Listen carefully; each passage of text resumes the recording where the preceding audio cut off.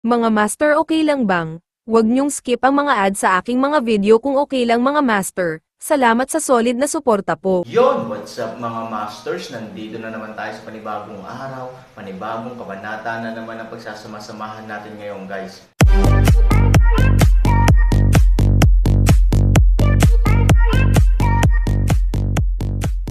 Bali mga masters, kung bago ka pa lang po sa aking YouTube channel, please click the subscribe button, lalong-lalo na po yung notification bell guys, para maging connected pa rin tayo sa isa't isa at maging updated kayo sa mga susunod ko pang video.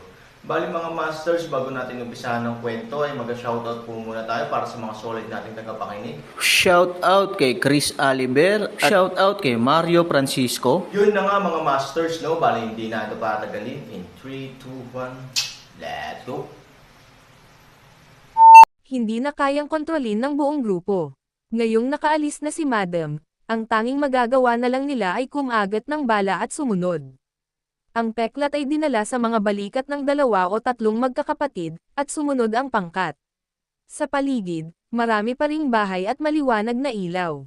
Pero ang ikinagulat ng grupo ng mga tao ay halos pareho na ang lahat ng kwarto sa dati, lahat ng pinto ay sarado, ngunit walang ingay sa kwarto na nakabukas ang mga ilaw. Hiniling ni Dowskar sa mga kapatid na mabilis na tumabi kay Ivory, at sinabing, "Ma'am, medyo kakaiba. All the way we came, halos lahat ng bahay ay nagsasara ng pinto, at walang ingay. Parang iniiwasan kami, at parang walang tao dito." Sa ganitong sitwasyon, si Ivory, Han Sanchen at ang kanyang partido ay ganito rin noong una silang dumating sa Chanmo Castle.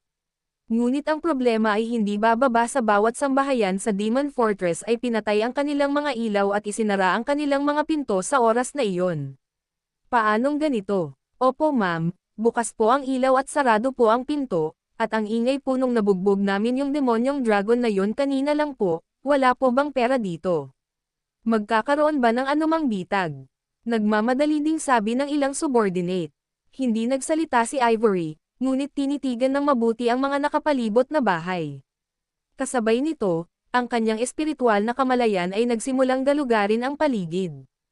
Ang lahat sa paligid ay kalmado, hindi banggitin ang paggalaw, walang iba pang pagbabago-bago ng paghinga. Sa puntong ito pa lang, mukhang walang lalaking nakaitim sa lugar na ito. Ito ay isang pagpapala, hindi isang sumpa, at ito ay isang kalamidad na hindi maiiwasan. Hintayin mo ako dito. Pupunta ako at tingnan kung ano ang nangyayari. Hindi imposible na pumunta pa, ngunit ang kasalukuyang sitwasyon dito ay masyadong kakaiba. Nag-aalala si Ivory na kapag dumating ang oras, siya ay papasok ng malalim, at kung may anumang kaguluhan, magiging mahirap para sa grupo ng mga tao. Sa makatuwid, sa halip na maging kakaiba, mas mainam na magkusa upang alisan ng takip ang mga hindi alam na ito ngayon.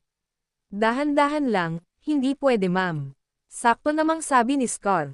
Kaliwa, kanan. Habang tumutunog si Scar, agad na nagutos ang 2 taong sumusunod kay Ivory, Kuya Scar. Paano mo hahayaan si Madam na gawin ang adventure? Kung may pagbabago, ano ang dapat kong gawin? Kayong 2 ay mga assholes lang. Pagkaraang pagagalitin silang 2, tumingin si Dowskar kay Ivory, "Ma'am, kung gusto mong magtanong ng malalim, tiyak na hindi mo ito ginawa sa iyong sarili." Nag-react din si Azuo Ayu sa oras na ito, nang hindi na hinintay ang reaksyon ni Su Yingxia, pinangunahan niya ang kanyang koponan at sumugod muna sa malapit na bahay. Gusto ni Ivory na tumanggi sa oras na ito, ngunit halatang huli na ang lahat. Tsaka may sense naman yung sinabi ni Scar. Hindi sa takot sa kamatayan si Ivory, ngunit siya lang ang tunay na master sa kasalukuyang team. Kung siya ay sumugod, kung may anumang aksidente o pinsala, ang buong koponan ay mawawalan ng gulugad. At may kakulangan ng mga tao na maaaring pansamantalang harapin ito. Sa makatuwid, mula sa pananaw ng pangkalahatang sitwasyon, dapat talaga siyang nagtatago sa tabi at naghihintay para sa labanan. Kung mayroong anumang sitwasyon, agad siyang aaksyon, at siya rin ang taong may pinakamainam na oras upang patatagin ang sitwasyon. Sa pag-iisip nito, ayaw na ni Ivory na makipag-away pa sa kanila. Inipon niya ang kanyang tunay na lakas, at pagkatapos ay sinundan ang kaliwat ka ng mga koponan, na nananatili sa kanilang tabi sa lahat ng oras. Snap! Sinipa muna ni Azuo ang pinto, at agad na itinaas ng mga kapatid sa likod niya ang kanilang mga sandata, handang harapin ito anumang oras. Biglang may iba't ibang armas sa pintuan. Gayunpaman, ang nakakaramdam ng kakaiba sa lahat ay nabagamat ang silid ay mainit na naiilawan at ang mga mesa at upuan ay maayos na nakaayos, pabayaan ang isang kaaway na nagmamadaling lumabas, kahit isang random na buhay na bagay, hindi mo ito makikita. Sumimangot din si Ivory, halatang hindi maintindihan kung bakit ganito ang sitwasyon sa bahay. Kinagat ni Scar ang kanyang mga ngipin at ikan-away ang kanyang kamay. Biglang may sumugod na grupo ng mga tao. Wow! Boom! Mahigit sa 100 tao ang umaasa sa isa't isa, tumulong sa isa't isa, at pagkatapos ay lumapit sa bahay hanggang sa magsagawa ng paghahanap ng carpet. Mahigpit na sumunod si Ivory sa likuran. Sa kasamaang palad, sa 1 minuto o 2, inakay ni Azuo Ayu ang mga tao pabalik sa sala. Walang tao. Walang tao. Ibinalik ni Ivory ang oil lamp na nakasabit sa dingding, ang kanyang mga mata ay nakatutok sa Micha.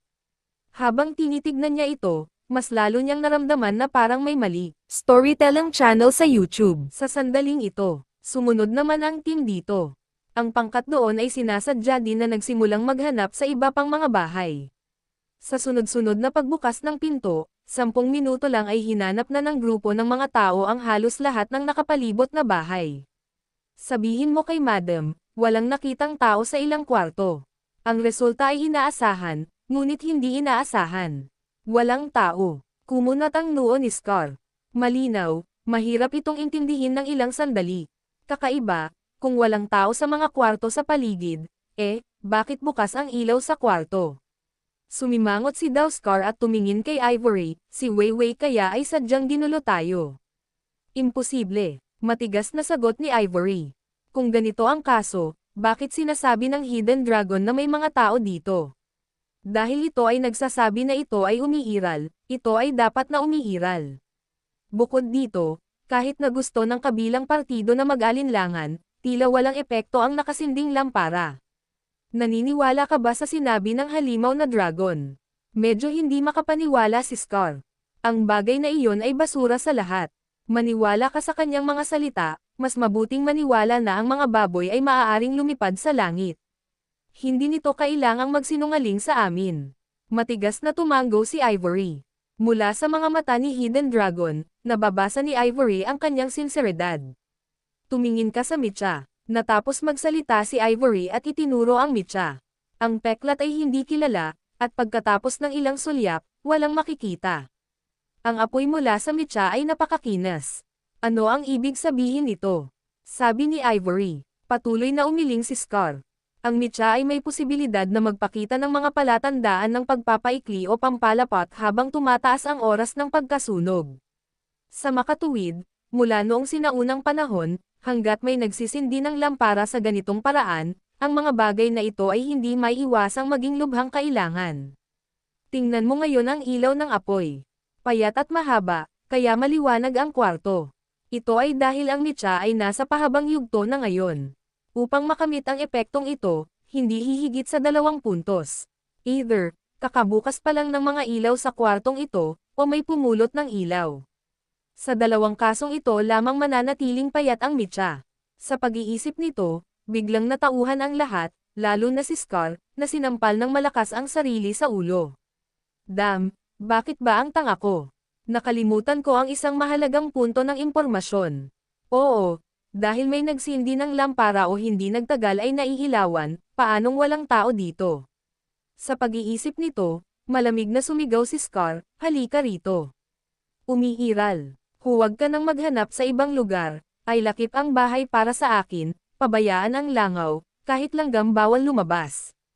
Oo, sa sandaling bumagsak ang mga salita, agad na pinalibutan ng ilang mga nasasakupan ang bahay.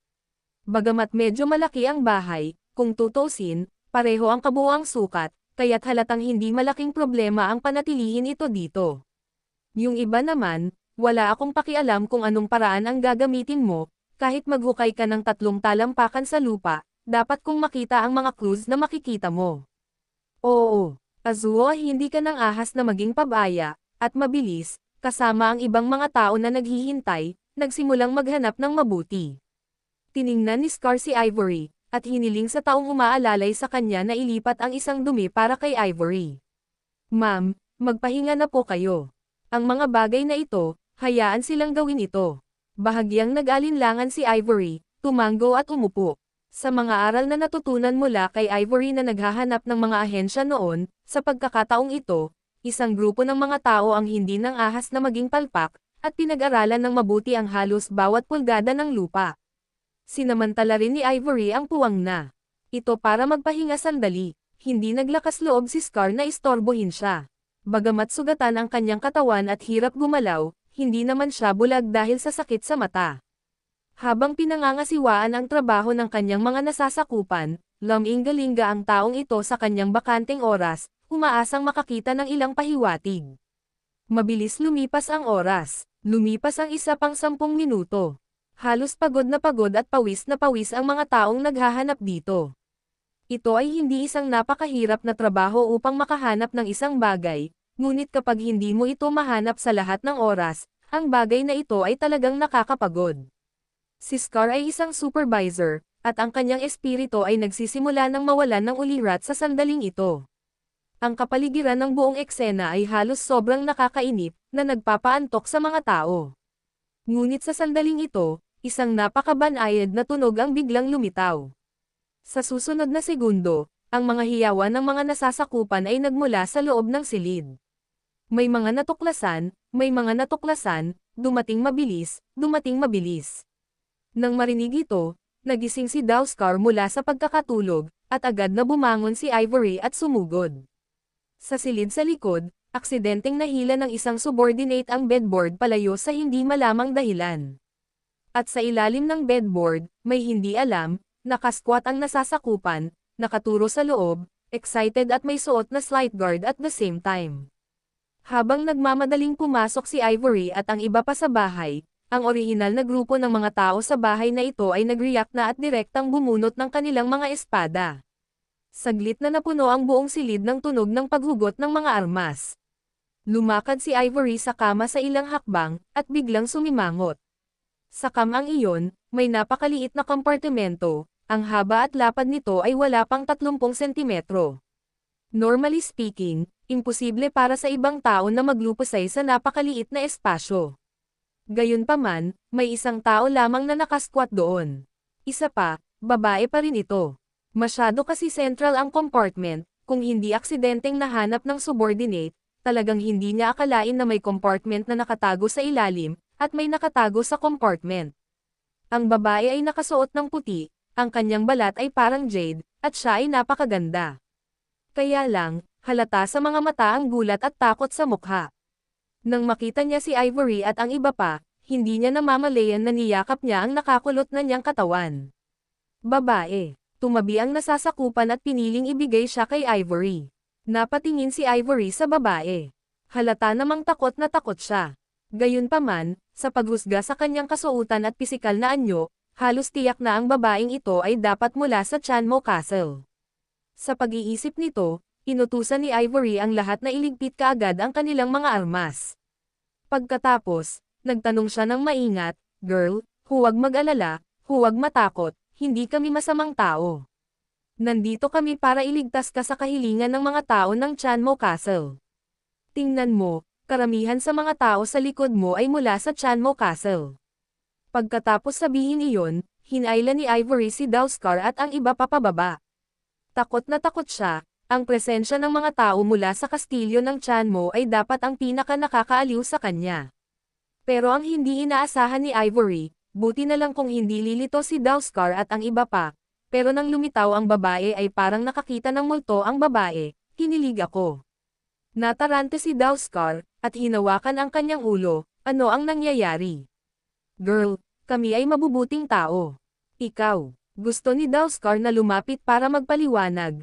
Ngunit dali-dali siyang hinawakan ni Ivory, at pagkatapos ay pinatalikod siya, sinusubukang layuan ang babaeng iyon. Pagkatapos, tumayo si Ivory at lalapit na sana sa babae. Nagmamadaling pinigilan ni Azuo si Ivory. Babae. Malinaw, nag-aalala sila sa kaligtasan ni Ivory. Umiling si Ivory, na nagpapahiwatig na hindi na siya kailangang pigilan. Sumulyap si Zuo kay Daoskar, nakita siyang tumango, pagkatapos ay sumulyap kay Ivory, at sa wakas ay masunuring binawi ang nakaharang niyang kamay. Dahan-daang yumoko si Ivory at lumapit. Babae siya, at babae rin ang kabilang partido. Nararamdaman niya na ang pamamaraang ito ay ang pinakamaliit na posibilidad na maiinis ang babaeng ito sa sandaling ito.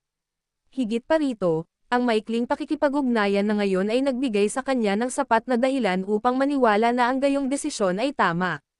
Oo naman, hindi masyadong marahas ang reaksyon ng babae, bagamat halatang umiwas siya.